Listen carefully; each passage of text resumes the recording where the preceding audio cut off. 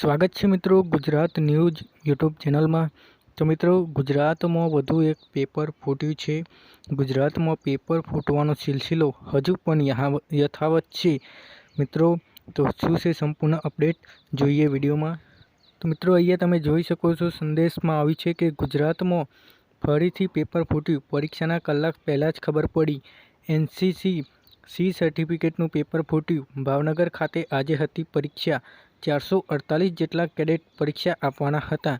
મિત્રો વધુ વિગતમાં જોઈએ તો ગુજરાતમાં ફરીથી પેપર ફૂટ્યું છે, જેમાં એનસીસી સી સર્ટિફિકેટનું પેપર ફૂટ્યું છે। તેમાં ભાવનગર ખાતે આજે પરીક્ષા યોજાવાની હતી, ત્યારે પરીક્ષાના કલાક પહેલાં જ પેપર ફૂટ્યું છે, જેમાં ભાવનગર તેમજ અમરેલી જિલ્લાના વિદ્યાર્થીઓ પરીક્ષા આપવાના હતા।